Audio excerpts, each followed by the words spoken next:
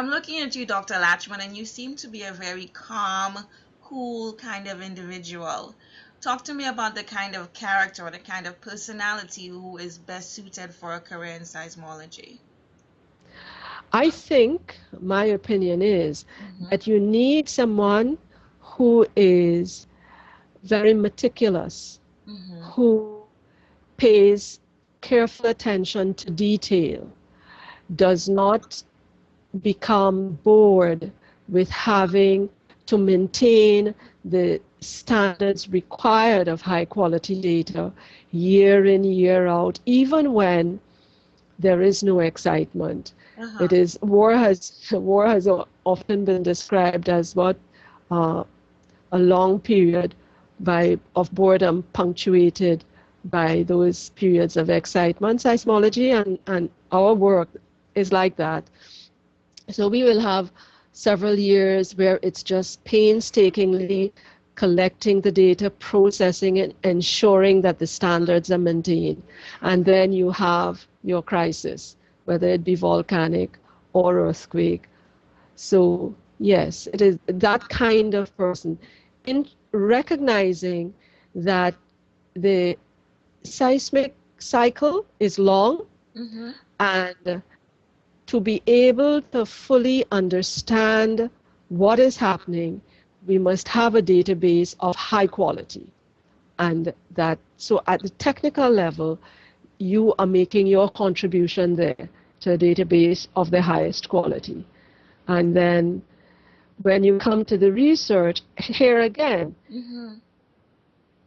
somebody who same meticulous, giving that close attention to detail, and is very interested in not just the now, but in the long term.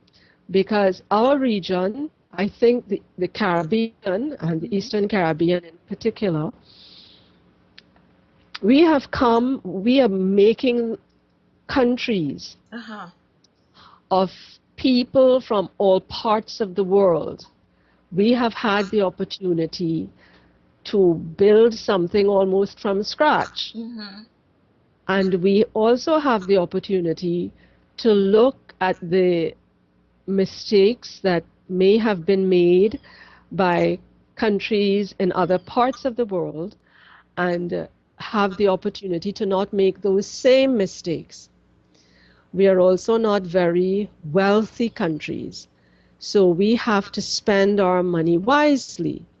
So we must not ignore the hazards to which we are exposed, because we would do that to the detriment of our future. It is one thing to look at the superficial and to want the skyline and the tall buildings to look as if we are developed, Mm-hmm.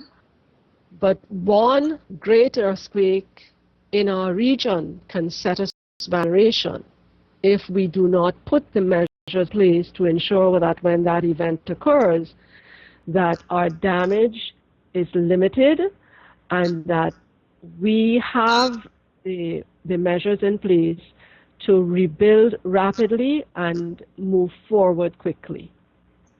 I would gather that that is an important message of your unit, and you're trying to spread that at any opportunity that you get. And I like to say that as Caribbean people, that we are experts in matters that affect our lives. So I'm so happy that you're saying that. Our government's paying attention to your message.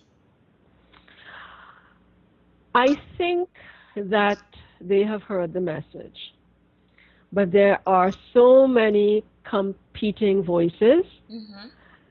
so many important agenda, and so they are trying to juggle all that needs to be juggled, also bearing in mind that they have a 5-year term and Yes. there is re-election to be considered. So it's very complex. But and I can stay here in our area and say very categorically that ours should have priority because everything else hangs on it.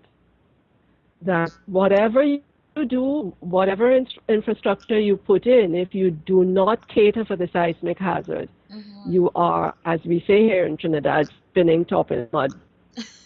I think everybody in the region can identify that with that expression. I think so.